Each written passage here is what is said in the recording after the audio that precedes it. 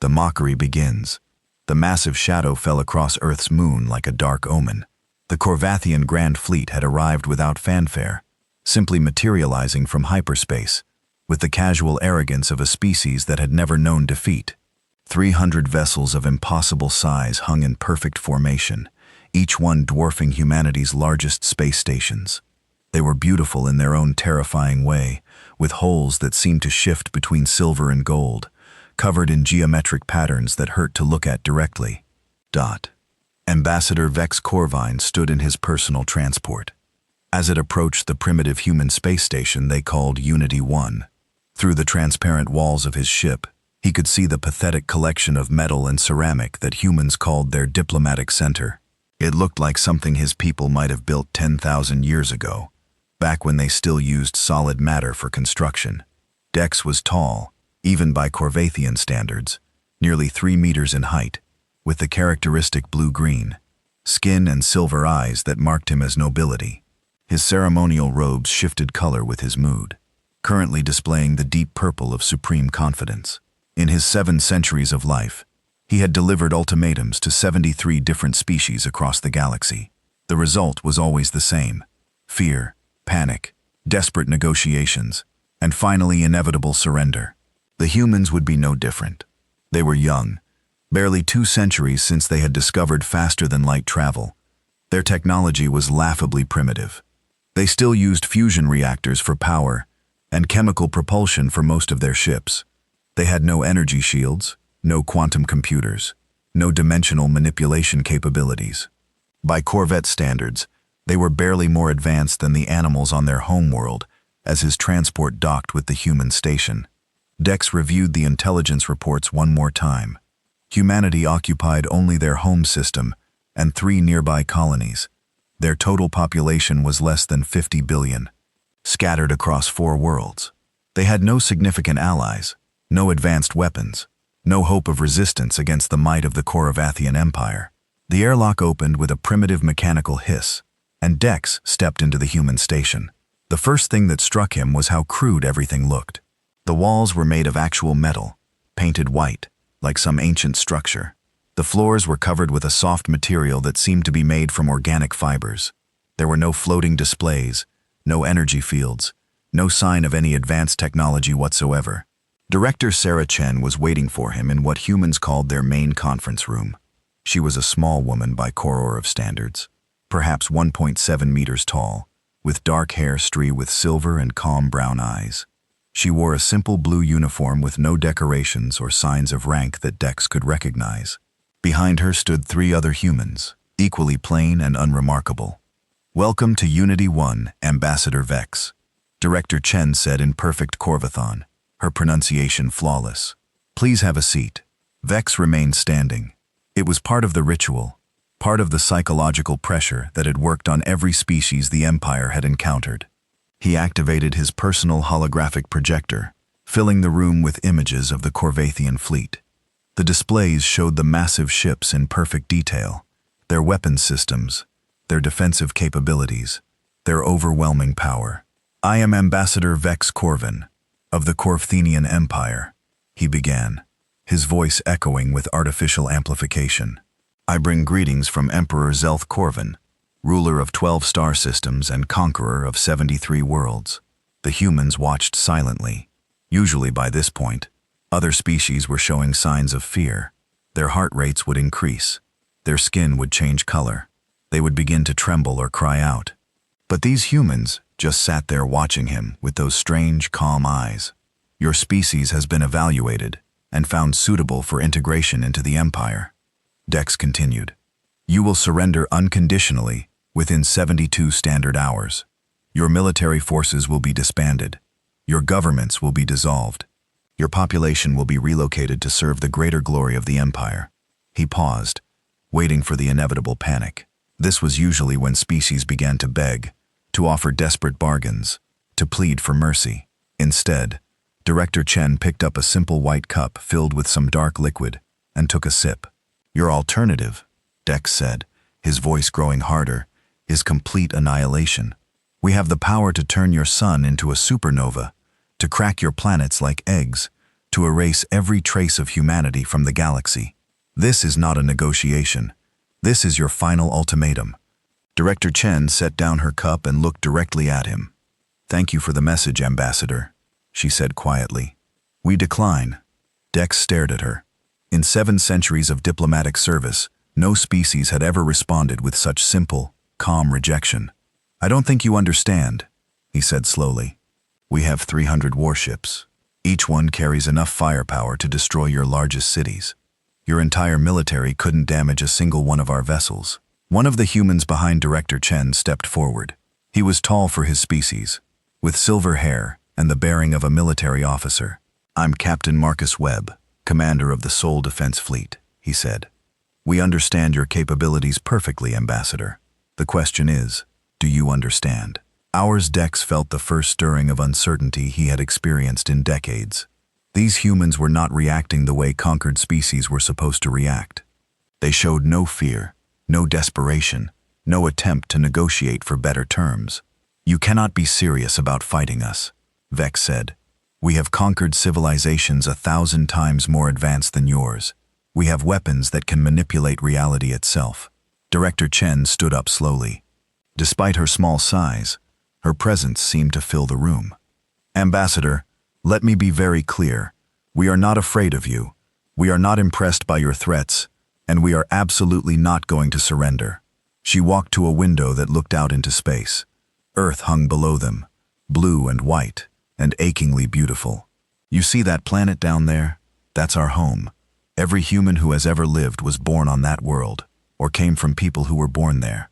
We have survived ice ages, plagues, asteroid impacts, and wars that lasted centuries. We have faced extinction 12 times, and always found a way to survive." She turned back to face him.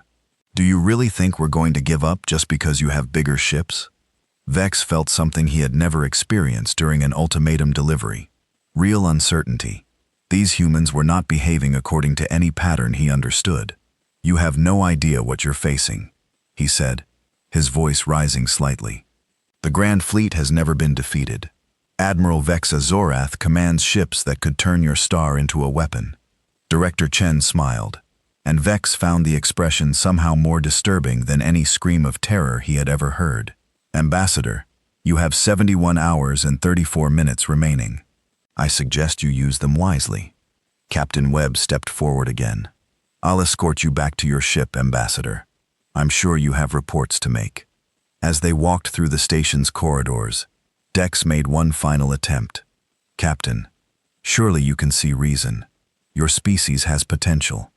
Serve the Empire faithfully, and humans could achieve positions of respect and authority.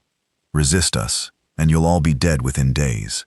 Webb stopped walking and looked at him with those disturbing human eyes.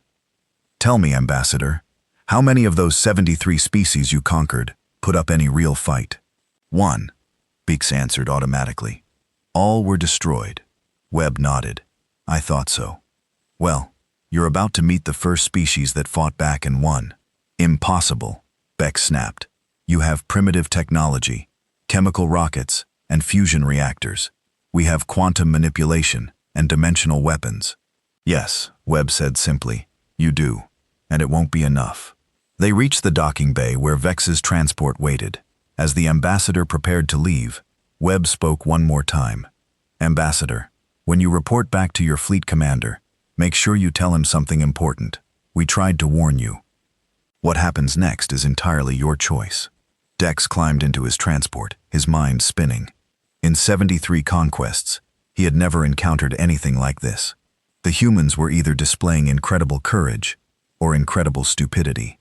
As his ship departed the primitive station, he found himself hoping it was stupidity. Admiral Vex stood in the command center of his flagship, the massive dreadnought, Eternal Dominion. Through the transparent walls, he could see the rest of the Grand Fleet taking positions throughout the Sol system. 300 warships, each one a masterpiece of Corvathian engineering and a testament to the Empire's power. The smallest escort vessel was larger than anything humans had ever built. The largest dreadnoughts could crack planets with their main weapons. Vex had commanded fleets for 8 centuries, and he had never seen anything that could stand against the combined might of the Grand Fleet. Status report. Vex commanded his voice, carrying the authority of someone who had conquered entire star systems. All ships in position, Admiral, reported Commander Kith Soroth, his tactical officer and distant relative. The humans have deployed their entire fleet to intercept us. 47 vessels total. Vex studied the tactical display, showing the human ships well. They were pathetic. Simple metal constructions with primitive fusion drives and chemical rocket systems. No energy shields that his sensors could detect. No advanced weapons systems. No sign of any technology that could threaten even his smallest ship. What are they armed with? Vex asked. Kinetic weapons mostly, Commander Kith replied. Some missile systems with nuclear warheads, but they're primitive fission devices. Nothing that could penetrate our shields. Vex shook his head. Either the humans were complete amateurs at space warfare, or they had some strategy he couldn't perceive given their technology level. He assumed it was the former. Admiral, the communications officer announced, Ambassador Vex is requesting immediate conference. Put him through. Vex's image appeared on the main display, and Vex could see that his old friend looked troubled. In 7 centuries of delivering ultimatums, nothing should have been able to disturb Dex's composure. Admiral Dex said, I've completed the delivery. The humans have refused to surrender. Of course they have, Vex replied. They always refuse at first. What was their reaction when you showed them our fleet? Dex hesitated. That's what concerns me, Admiral. They showed no fear whatsoever. Their leader, a female called Director, Chen, was completely calm. She even gave us an ultimatum of our own. They gave us an ultimatum? Vex laughed. What did these primitives demand? That we withdraw from their system within 72 hours. Vex's laughter was genuine now. Withdraw? These creatures with chemical rockets ordered the Grand Fleet to withdraw. What did you tell them? I explained our capabilities, sir. I showed them. The fleet displays made clear what would happen if they resisted. Dex paused. Admiral, they didn't care. They acted like they expected to win. Vex studied his old friend's face on the screen. Vex was many things, but he was not given to imagination or paranoia. If he was concerned, there might be a reason. Did they demonstrate any weapons? Vex asked. Show any technology we haven't seen? No, sir. Everything appeared primitive. Dex paused again. But Admiral, there was something about the way they spoke, the way they carried themselves. It was like they knew something we didn't. What they know, Vex said firmly, is that they're about to be conquered. How much time remains on their ultimatum? 68 hours, sir. Excellent. That gives us time to position for optimal bombardment patterns. We'll begin the attack the moment their deadline expires. The next 68 hours passed with strange quietness. Vex watched as his fleet moved into perfect attack formations around the human positions. The humans made no aggressive moves. Their ships maintained position between the Grand Fleet and Earth, but they didn't advance or attempt to target Corvian vessels. They simply waited. It was the most unusual pre-battle behavior Vex had ever witnessed. Typically, when faced with overwhelming force, species either surrendered immediately or launched desperate attacks, hoping to inflict some damage before being destroyed. The humans did neither. They just waited, as if they had all the time in the universe. Admiral, the communications officer announced, we're receiving a transmission from the human fleet. Let's hear what they have to say. The main display showed a human male in a simple blue uniform.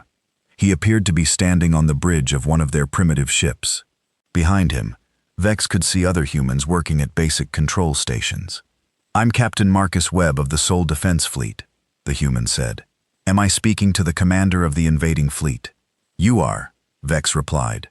I am Admiral Vex Zorath of the Grand Fleet. Your ultimatum deadline has expired. You have one final, an opportunity to surrender before we demonstrate the futility of resistance. Webb smiled, and Vex found the expression oddly unsettling. Admiral, your 72-hour deadline expired 6 minutes ago. You are now in violation of our territorial sovereignty. I am ordering you to withdraw immediately. You're ordering me? Vex couldn't believe what he was hearing. Human, do you see my fleet? 300 warships, each one capable of destroying your largest cities, and you're giving me orders. Yes, Webb said calmly. I am. Because unlike you, Admiral, I know what's about to happen next. What's about to happen? Vex said. is the complete annihilation of your species. Webb shook his head. No, Admiral. What's about to happen is that you're going to attack us with everything you have, and then you're going to discover why humanity never retreats, never surrenders, and never forgives. The reckoning Admiral Vex Zoroth stared at the human on his display screen, trying to understand the source of their impossible confidence. Captain Webb stood calmly on his primitive bridge, showing no sign of fear or desperation. Behind him, human crew members went about their duties with the same unsettling composure. You're bluffing, Vex said finally. You have 47 ships against 300. You have primitive technology against the most advanced weapons in the galaxy. This isn't courage, Captain. This is suicide. Webb's smile never wavered. Admiral, I'm going to make this very simple for you. In 30 seconds, I'm going to order my fleet to open fire.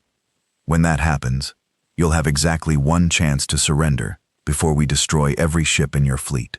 Vex felt his heart skip a beat. The human spoke with such absolute certainty that for a moment, doubt crept into his mind. Then training and experience reasserted themselves. This was psychological warfare, nothing more. A desperate attempt to make him hesitate. You'll give us a chance to surrender, Vex said. You have 47 primitive ships against the Grand Fleet, and you think we'll surrender to you? I'm hoping you will, Webb replied, because the alternative is going to be very unpleasant for everyone involved. You're insane. Maybe, Webb said. We'll find out in 10 seconds. Vex cut the transmission and turned to his weapons officer. All ships prepare to fire. Target their flagship first. Let's end this delusion quickly. 5 seconds to optimal firing range. Admiral, the tactical officer reported. Vex watched the countdown on his display.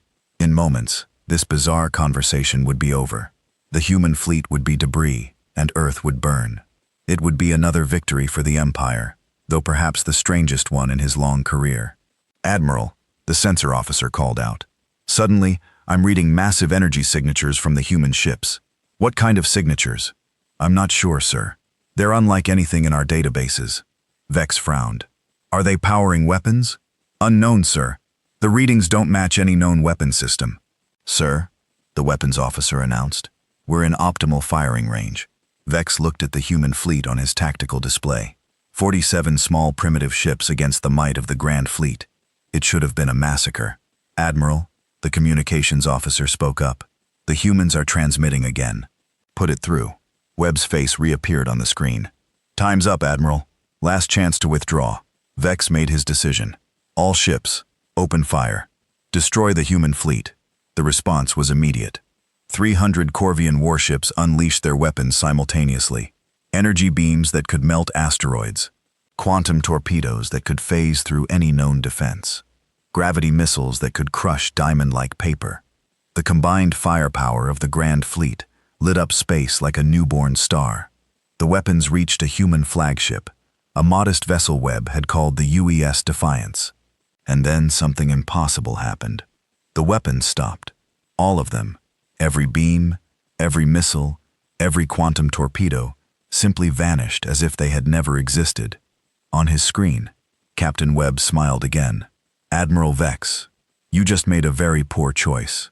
Now, let me show you what human weapons actually look like. Vex stared at his tactical displays in complete disbelief. His sensors showed impossible readings. His entire fleet had just fired enough energy to crack a moon, and the human ships hadn't even been scratched. Every weapon had simply disappeared before impact. Damage report, he barked. Sir, his sensor officer replied, his voice shaking.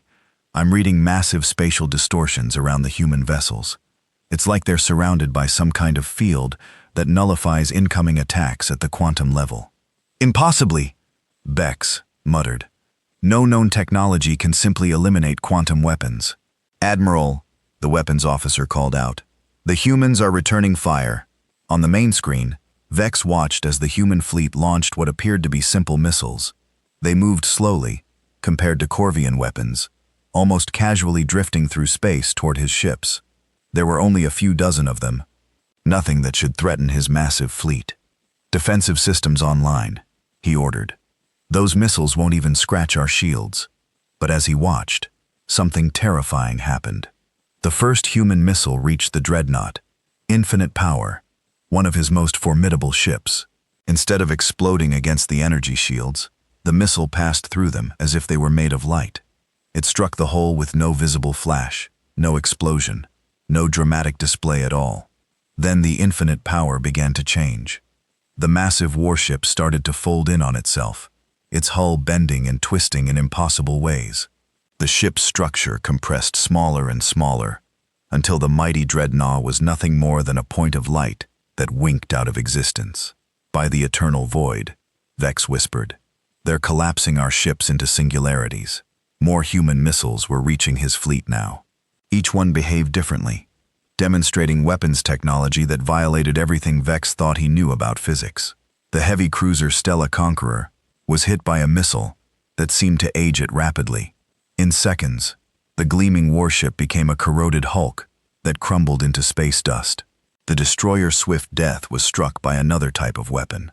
A perfect sphere of nothingness appeared in its center, and the matter that had been there simply ceased to exist.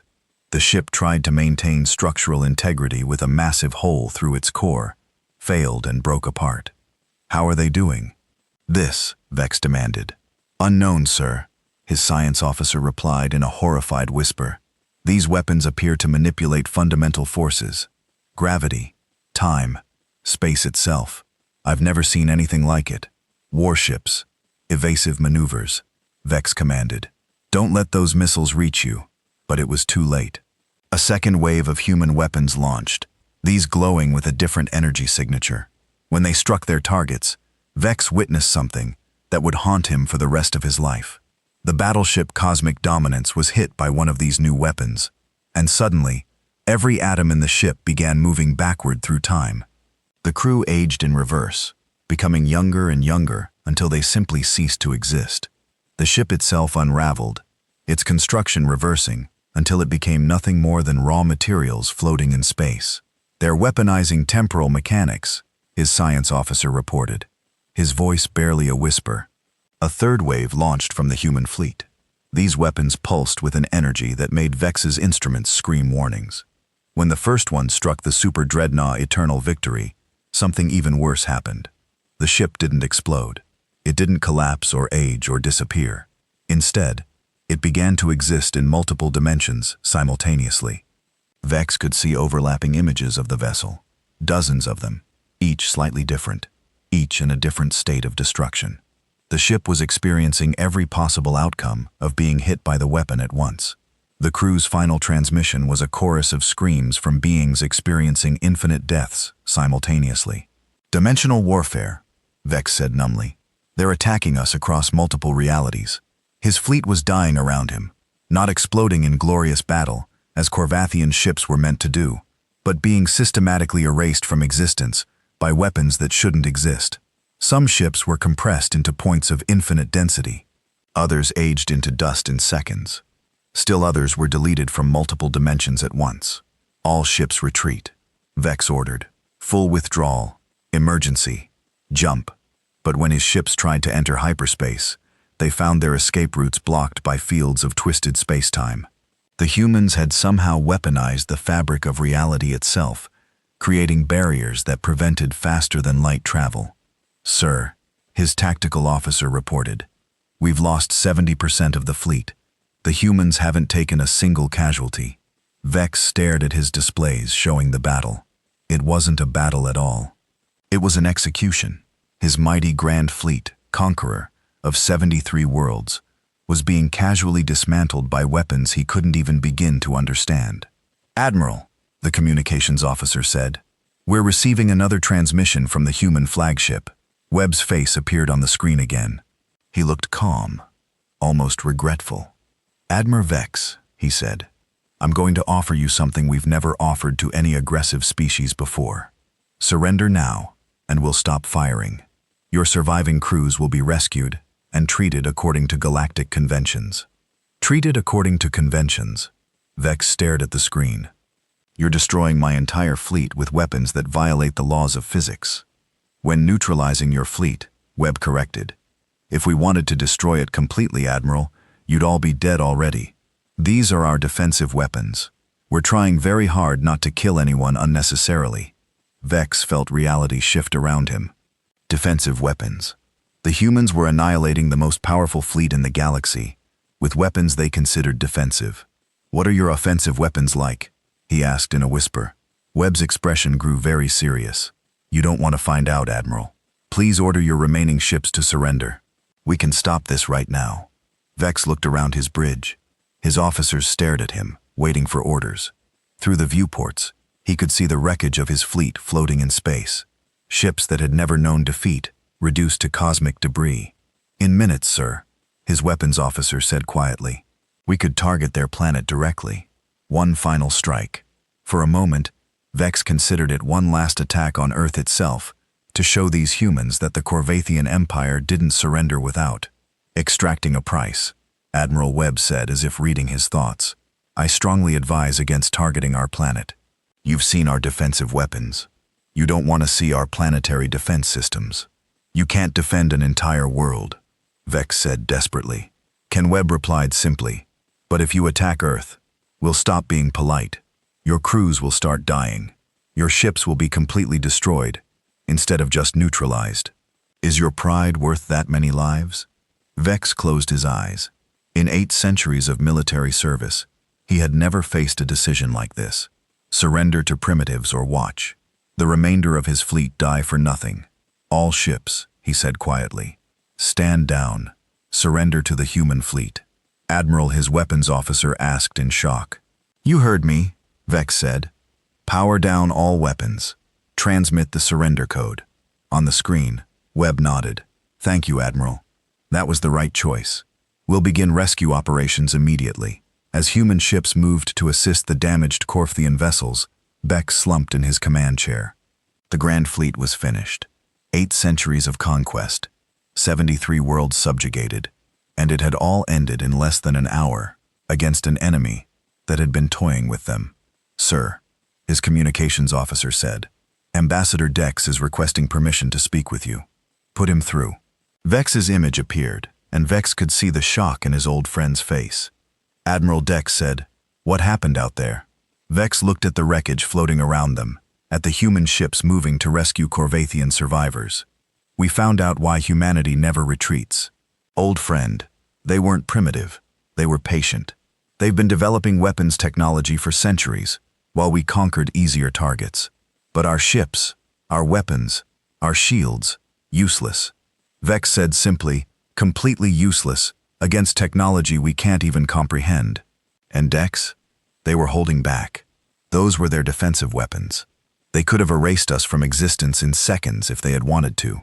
As human rescue ships approached, his damaged flagship, Vex realized the galaxy had just changed forever. The age of Corvathian expansion was over. The age of humanity had begun, and somewhere in the back of his mind, he wondered what other primitive species might be quietly developing technologies beyond imagination, waiting patiently for the right moment to reveal what they were truly capable of. The humans had taught the galaxy a lesson that would never be forgotten. Never underestimate. A species that has learned to survive against impossible odds. Because when they finally decide to fight back, they don't just win. They reshape the very nature of warfare itself.